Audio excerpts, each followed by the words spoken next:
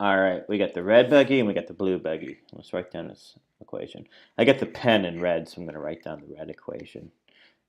So the red buggy is going backwards at 20 centimeters per second, and it starts at 200. And the blue buggy starts at 0 and has a speed of 40. So when we say determine when and where the buggies will collide, look it. We have this equation, and we have this equation. So we have two equations with two unknowns, and we want to know when and where they meet. Well, if they meet at the same place,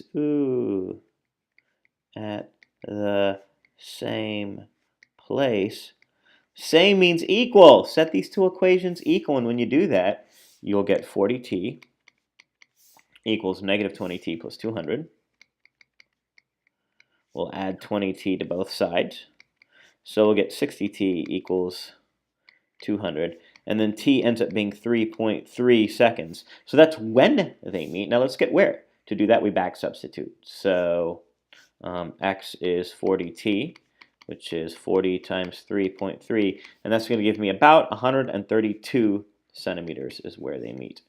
So that's one way to do it. Now, in the next problem, when you actually do it with the graph or with the rulers, what you'll draw here is I draw one ruler here, one ruler here, and then this is 100, 0, 100, 200, and about a third of the way down, I put a little mark here. That's not a third. So 0, 100, 200, and then about a third of the way down, right about here, I'd put like a little mark and just show the cars crashing. Boom! That wasn't very creative.